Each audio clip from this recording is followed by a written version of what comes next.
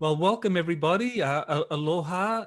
This is Dr. Michael Salla, and I'm very pleased to be with Elena Danaan, who has some really interesting information to share with us about an interview she did with a super soldier who was active in the 1970s and 80s in Singapore and Malaysia, and her interview with him covered a lot of territory. So I would just want to welcome you, Elena, to Exopolitics today.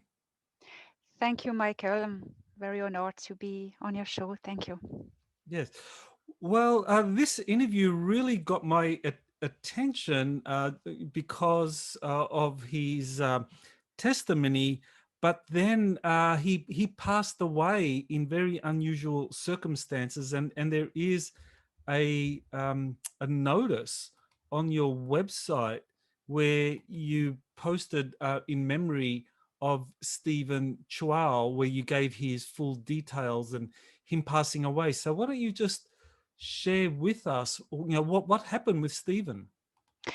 Well, I met I met Stephen. I I was approached by a group of spiritual group in Canada, Collective Consciousness, and just for spiritual things, and he was part of it. And I suddenly felt a lot of suffering coming from this person, and I asked to contact him personally to offer him some healing and psychic readings and stuff like that. And he was delighted, and we started a conversation and exchange by email. And he said to me that he worked in Area 51. I went, oh my, that's all I could see. All this is trauma. And we started this conversation, this exchange by email, and he started telling me things about it. And I went, wait a minute. I wrote a book because I'm an experiencer, and I got information from my extraterrestrial contact, and it absolutely matches everything that you say. And then I asked him a question. I went, in my experience, I was told about a person called Dr. Jenkins to contact in Area 51. At the time, I was 16 years old. I was totally frightened, and I didn't do anything about it. Would you know about this person? He got back to me and he said, yes, of course. I met a Dr. Jenkins, a Professor Jenkins, and he was in Area 51 and he was sent by the Vatican. I went, okay, and we didn't have exchange for a while, maybe a month or two, and suddenly he sent me an email 2 weeks ago and saying, I'm ready to speak. Please, if you want to interview me, I'll let you deal with all the YouTube stuff. I need to speak now. Let's do it. And I went, all right. I have a YouTube because I have a YouTube channel. I went, all right, let's do it. Okay. Are you sure? Are you feeling safe for that? He said, oh, I've looked over my shoulder all my life and I really want to do it. Please. So I went, okay. We recorded this interview, but before we recorded it, he said he was attacked energetically. He had blackouts, and he suddenly he wasn't feeling safe, and he was speaking about Mitra extraterrestrials, which are tall grays.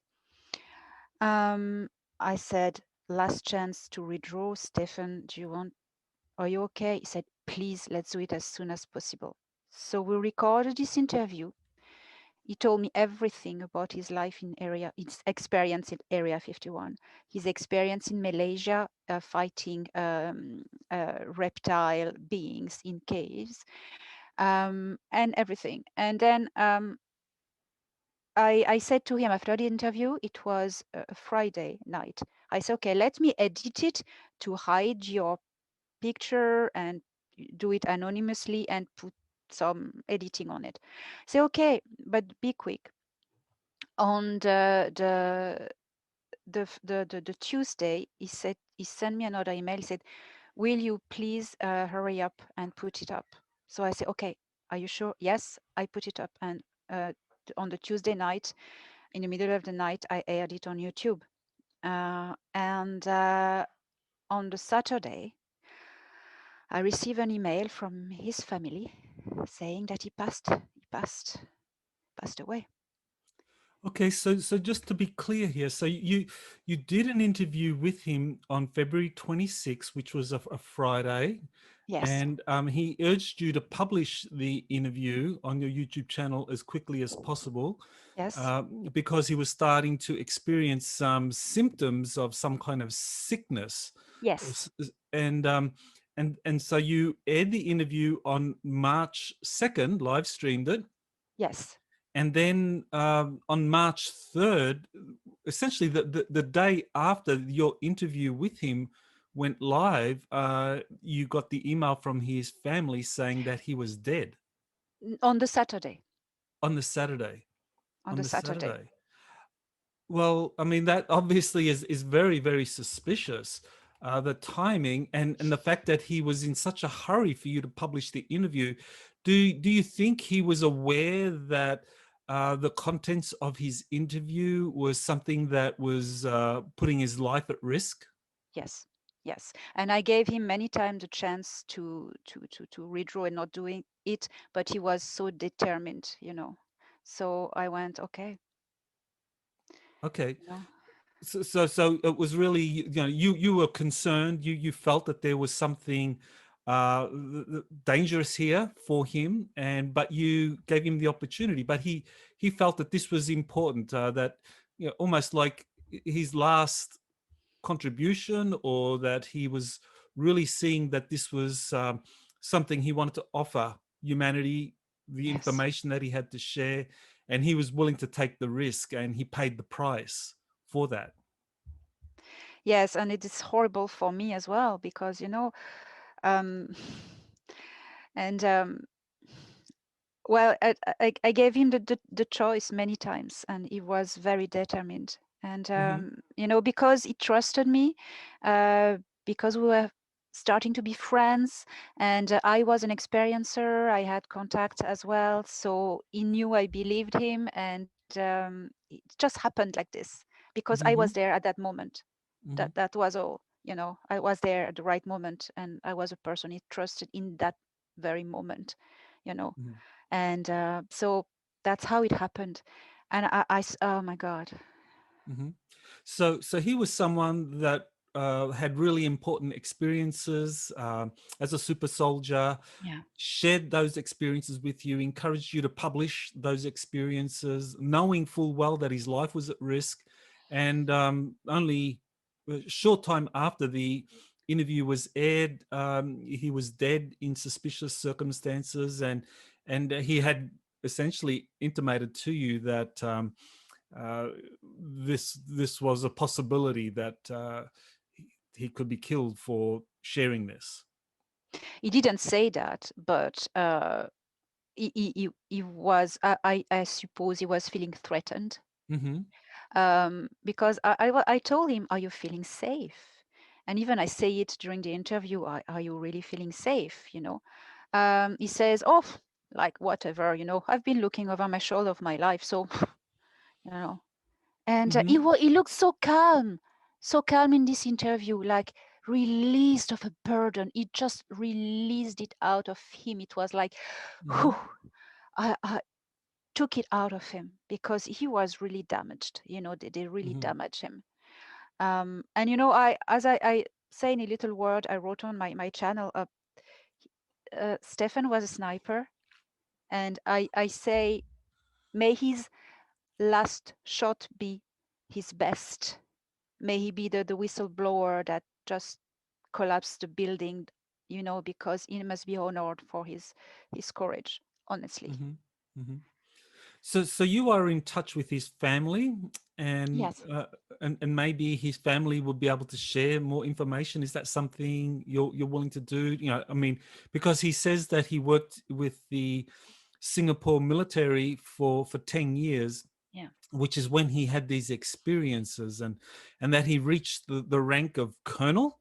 Yes. at a very young age because of his special abilities. So he was certainly someone quite exceptional. So, I mean, I don't know if there's documentation or anything that his family is willing to share with you. I mean, that would help, because I think his case and the information he had to share is very important. It definitely dovetails with a lot of what I've been researching recently, and I know what you've also covered in your book.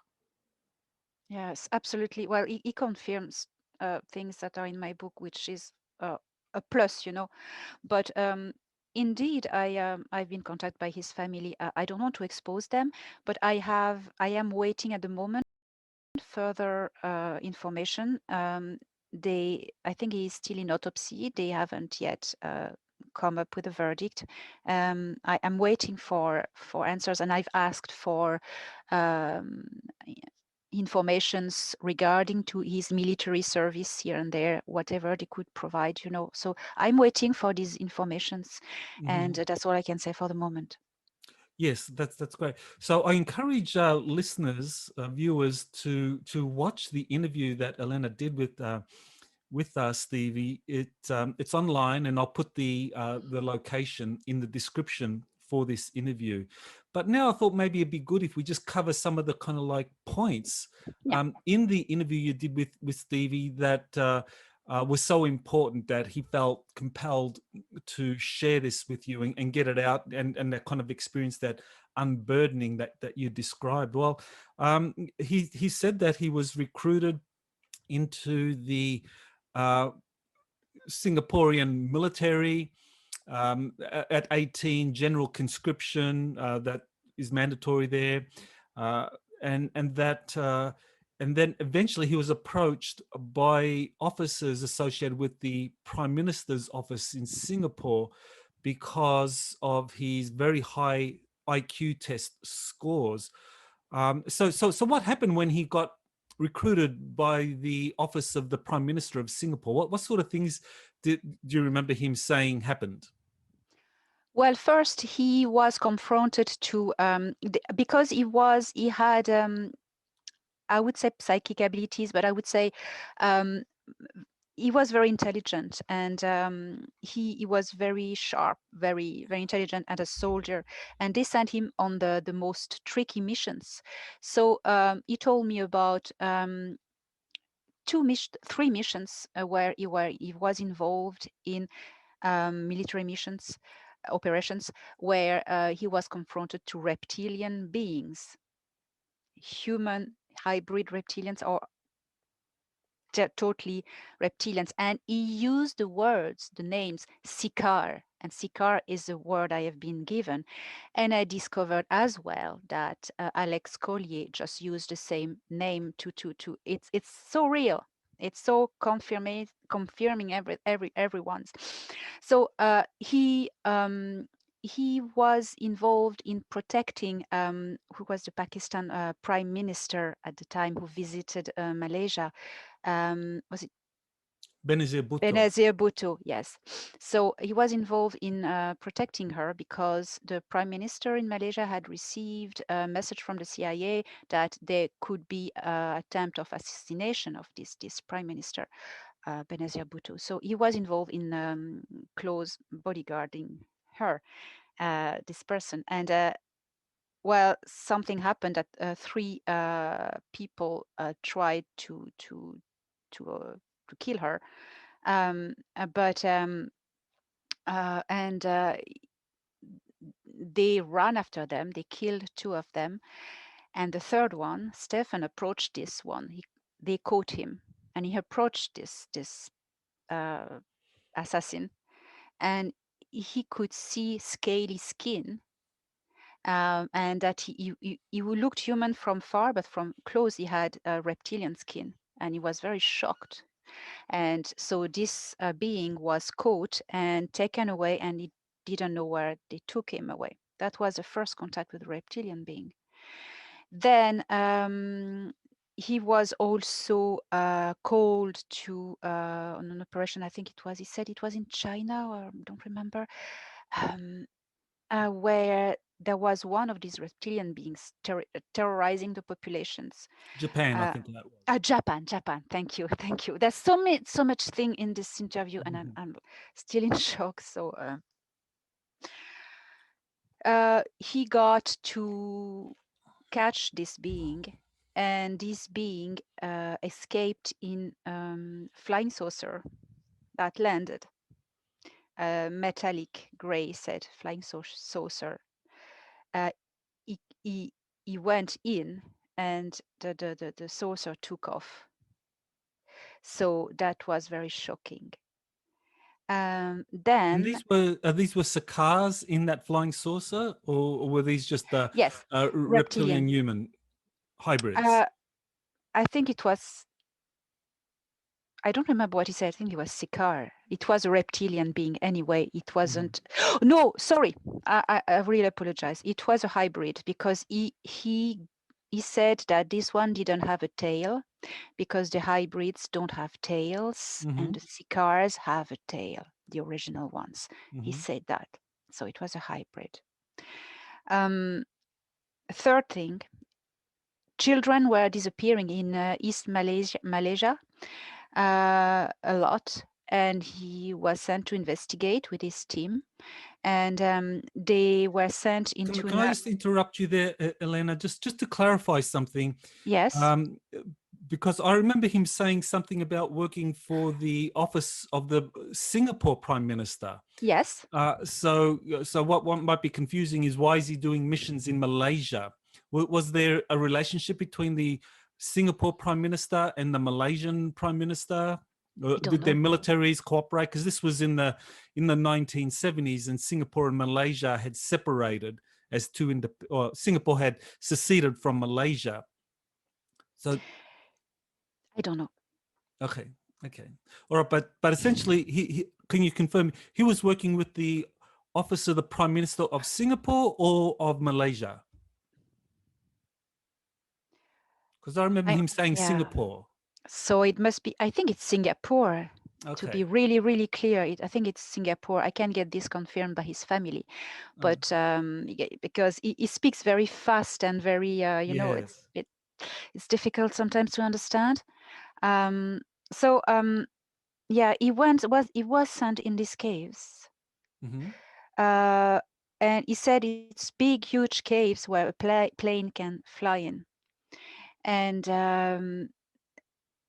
they came face to face with what he called a Sikar, full reptilian being, and he said he was terrorized, because even though he was brave, he said that's terrorizing to see one. He describes it with the face, with all the teeth and everything, and he said the claws, and he said they have a claw here, another claw here for combat, he said, and he had a gun and a beam energy gun, and he was pulverized. This being was pulverizing rocks, so they had difficulty to hide anywhere, because he was shooting at them and the rocks would explode. So they got this being by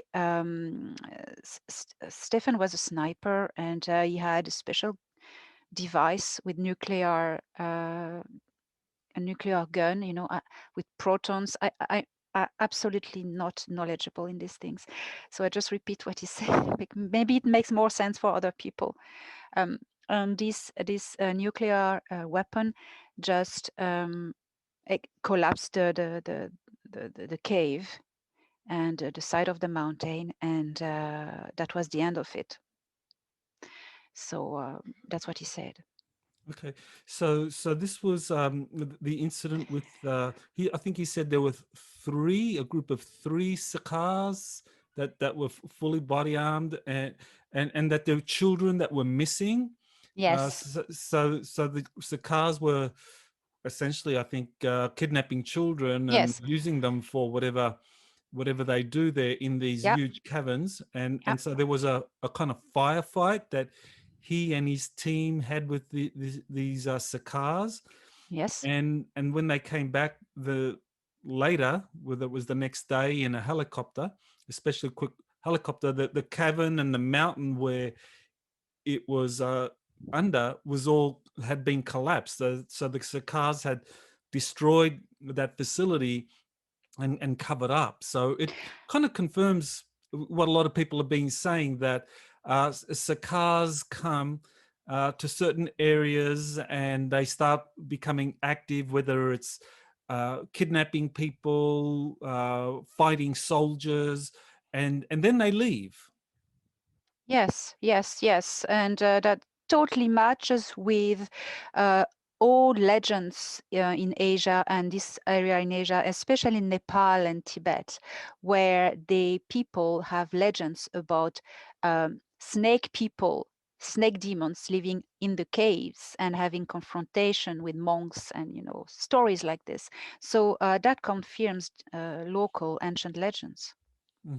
Well, I recently did an interview with a Brazilian author, Fabio Santos, who Oh, yeah.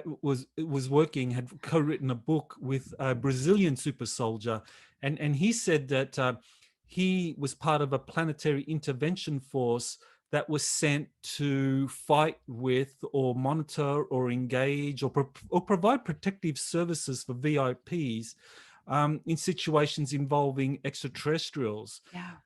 And so he described similar incidents to what Stephen encountered. But Stephen's experiences very much match this Brazilian super soldier's experiences in providing kind of protective services to VIPs in situations involving extraterrestrials. He described, and that's what Stephen says he was doing. That he did it for the Prime Minister's office in providing protection for Benazir Bhutto. That this is one of their jobs, to provide protection and also to fight against or to fight against some of the extraterrestrials that go into these areas.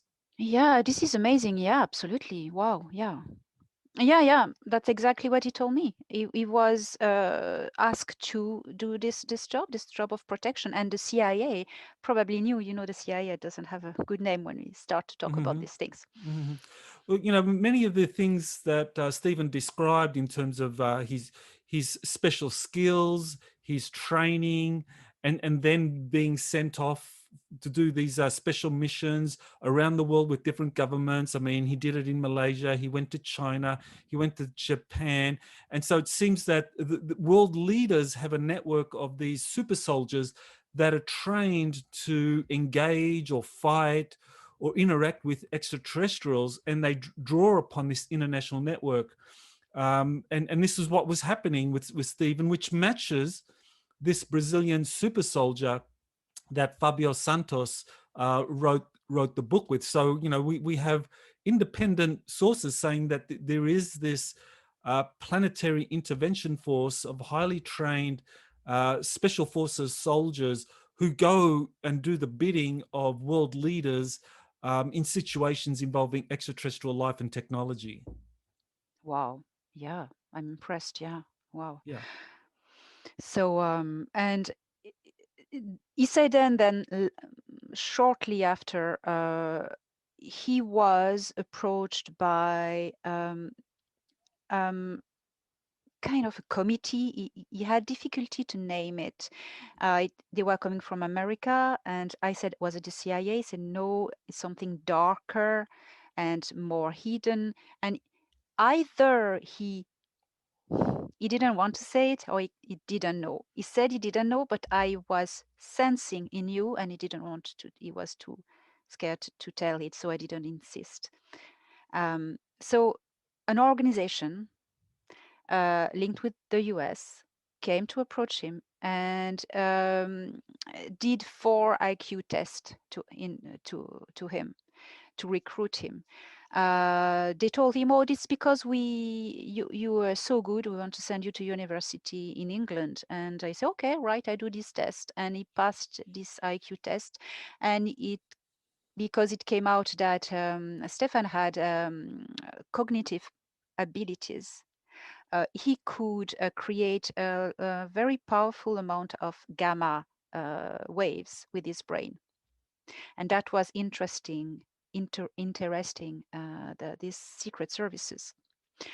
So then, shortly after, the prime minister for whom he was working said to him, "Oh, I received an order from these people that they want to borrow you to work in Area 51." And they wanted to have it for like ever, but the prime minister of Singapore, he wanted, yeah, it was Singapore. He didn't want to let him go because he wanted to keep him. He said, "Okay, I allow you only 2 weeks to have him for 2 weeks." So, but that these 2 weeks, I mean, Yeah. anyway. Yeah, that's so we will get to his Area 51 experiences shortly, but I really want to kind of like emphasize this point that even though Stephen was working with the office of the Prime Minister of Singapore, because this was dealing with extraterrestrial life, that he would often be sent off to these different countries, whether it was China, Japan, Malaysia, to engage with extraterrestrials that are interacting amongst us. And even though this kind of matches the testimony of other super soldiers, but I also wanted to point out that this also matches with what the Prime Minister of Russia, Vladimir Medvedev, said in 2012 in a hot mic incident.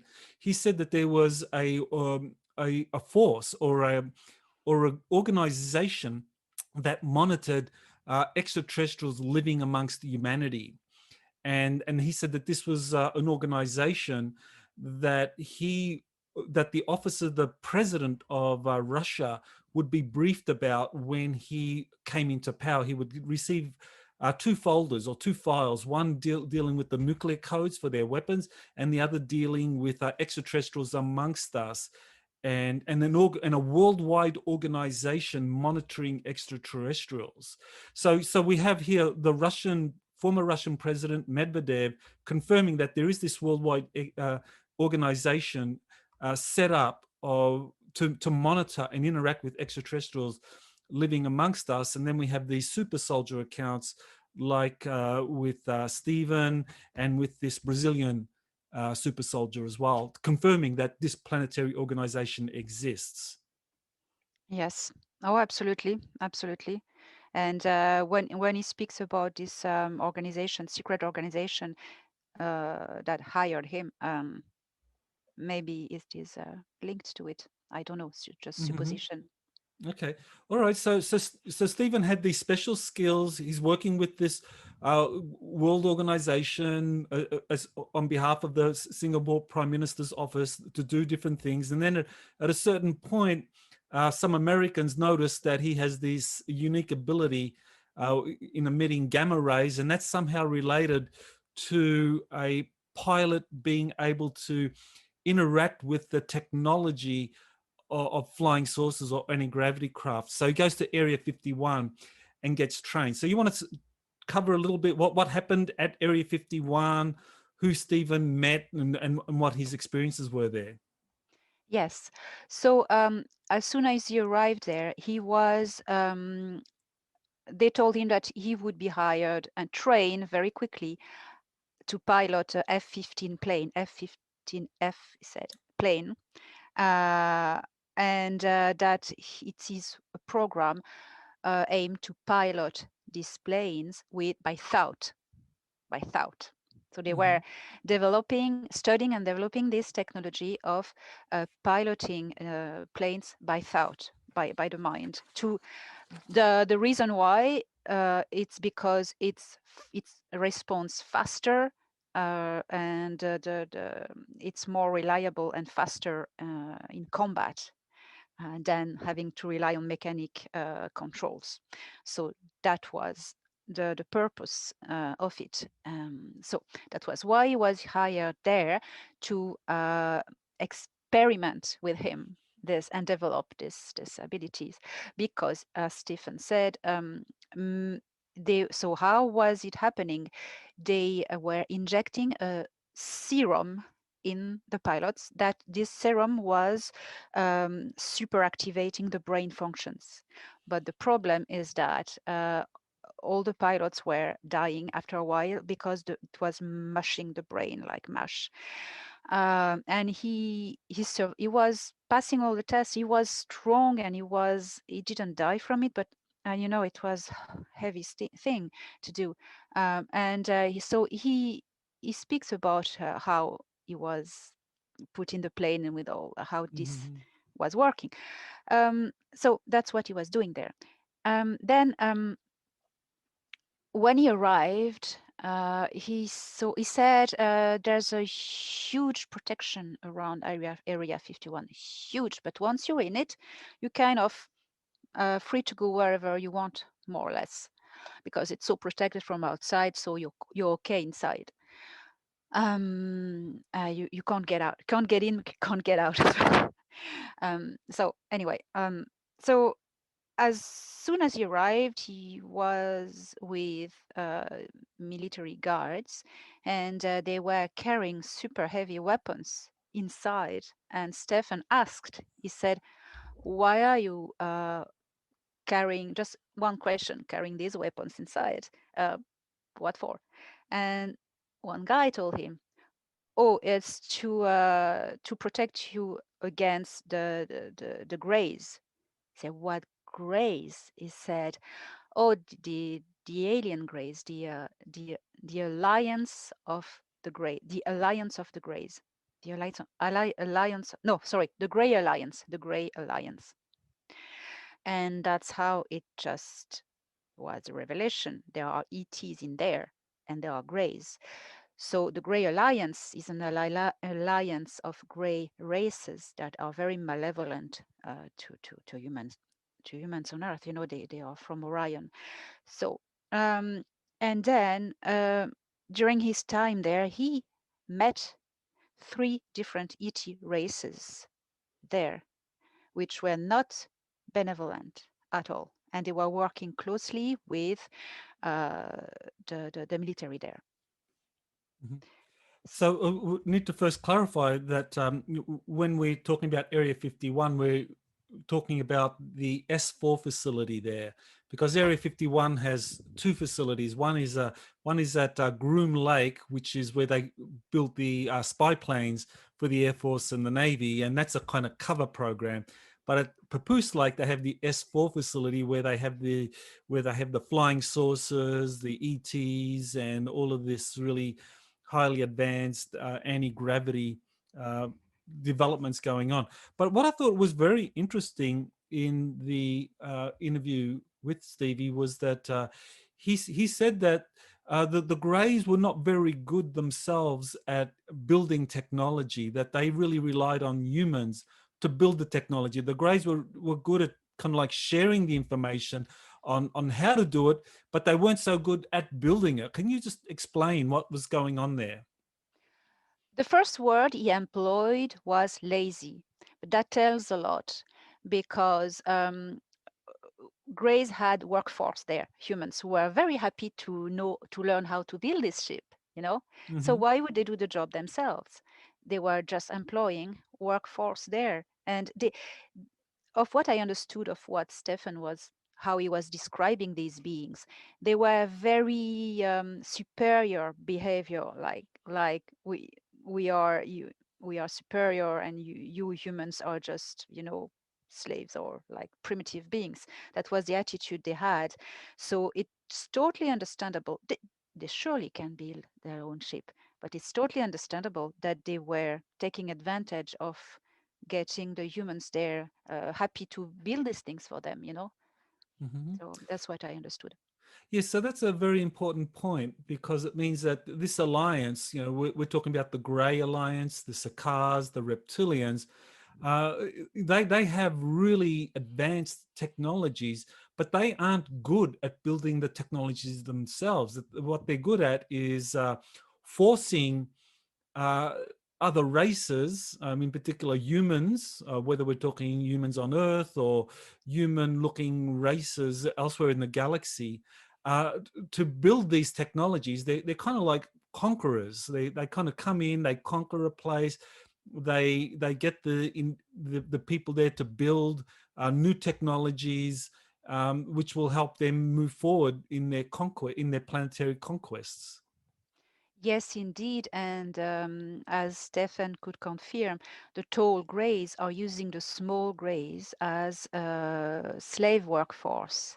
But the small greys are mainly all clones, and there are few original biological small greys left. They're all cloned and synthetic life forms and things like that. Mm-hmm.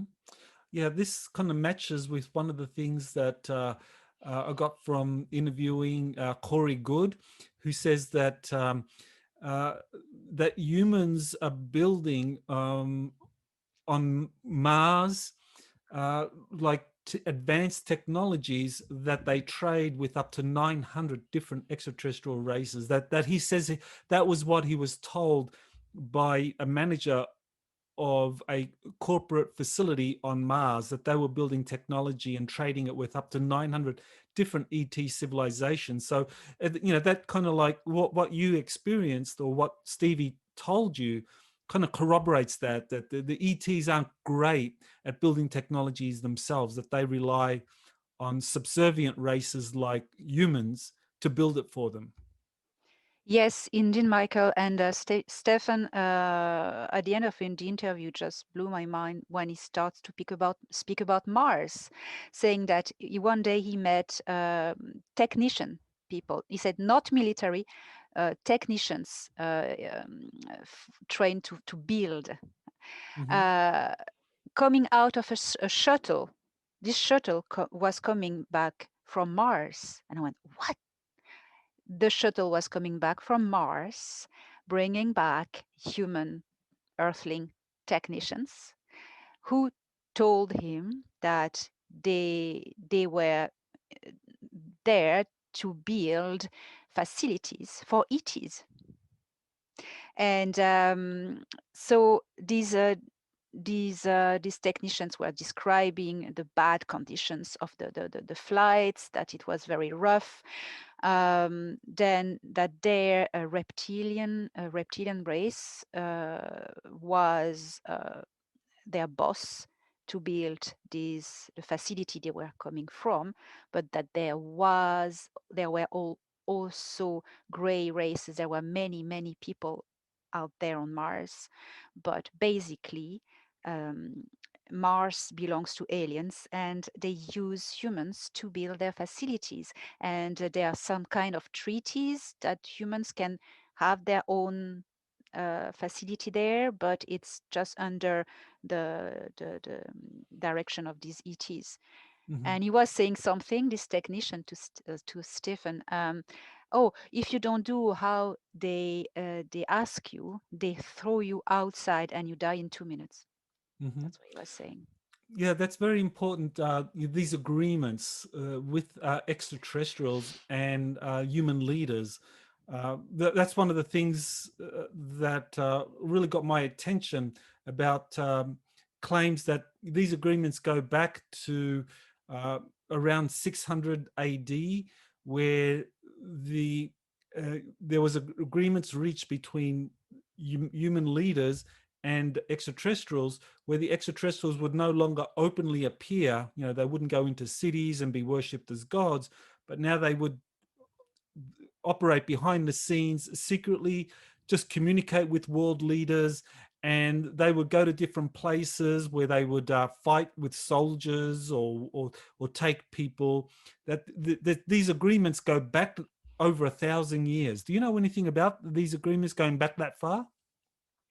I have been told, yes, that there were agreements with reptilian races now, very long time ago. And there has been a second wave of agreements with the Grey Alliance Mm-hmm. in 1954 and around it. Mm-hmm.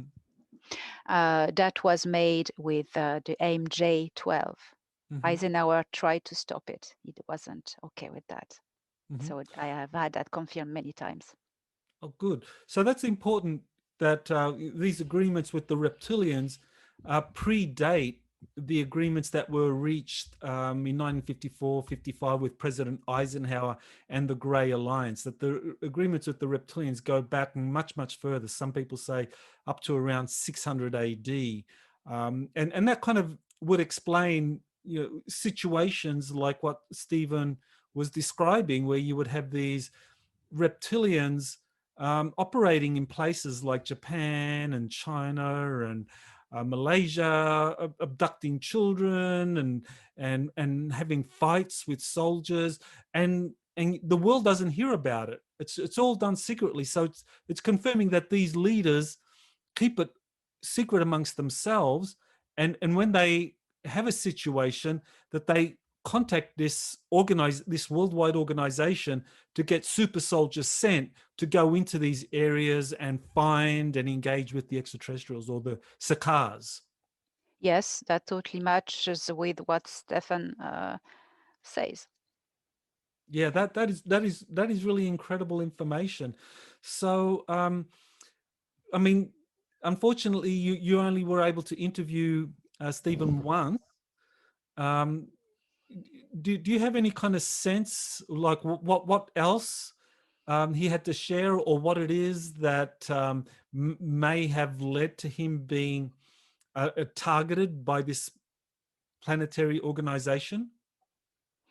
Well, he was saying that they had tried to wipe his mind, his Hmm. memory, before allowing him to leave Area 51. But Stephen had very special mind abilities, so he was able to remember a big part of it.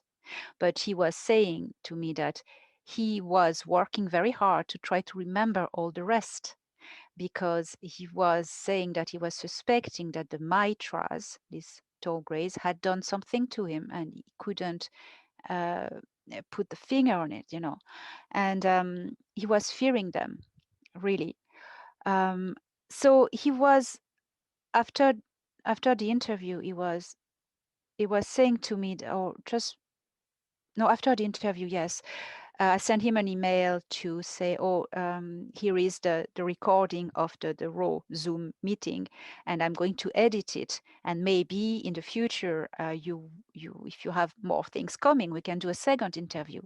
And he replied, we will see. I will think about that. So he wasn't sure. But I knew that in the same time, he was working hard to try to find his memory.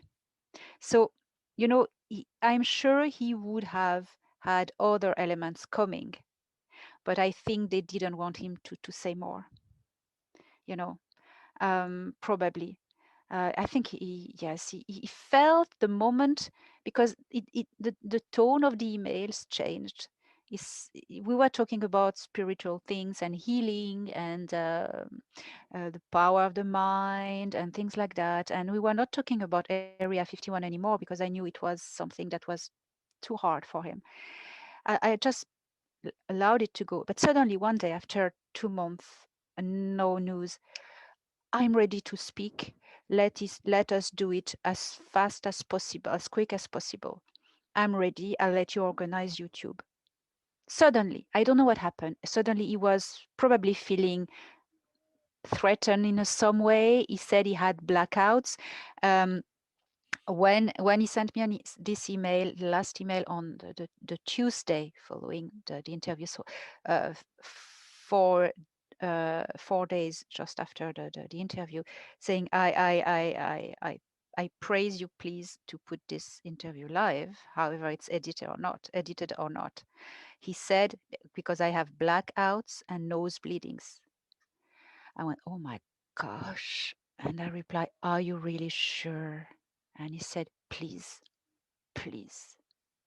Okay, so he was really intent on getting that information out. That Yes, yes, there seemed to be something happening that was very suspicious behind the yeah. scenes. So we do know that there is this international organization that has super soldiers trained to find and monitor and engage and have firefights with extraterrestrial entities all around the world. and by revealing his secrets, I think it's very possible that this organization wanted to stop him from revealing more. Maybe, probably that would be really makes sense. Mm-hmm. So I don't know. Okay. Well, Elena, I just wanted to give you the opportunity to maybe share a little bit about where people can find out more about you and the work that you do in raising awareness of extraterrestrial life on planet Earth. So please just tell people where they can go. And Thank you. I have a YouTube channel, Elena Danaan, where I put everything I know on it. So there are on interviews and there are contact with extraterrestrial beings. But what is, I think, really helps as well, it's a book I have written, A Gift from the Stars. Well, I have it, I'll just show you quickly. mm-hmm. It's only on Amazon at the moment, but that's it.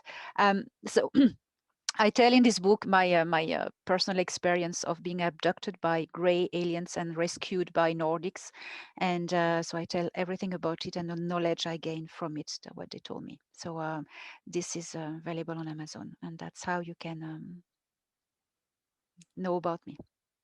Thank you, Eleanor. Well, I definitely would like to do a follow-up interview and talk about your book and some more experiences that you've had. I'm particularly interested in what you have to share about Valiant Thor Oh yeah, and his experiences. But we'll cover that in another interview. So I want to thank you with pleasure. for coming and being a part of Exopolitics today.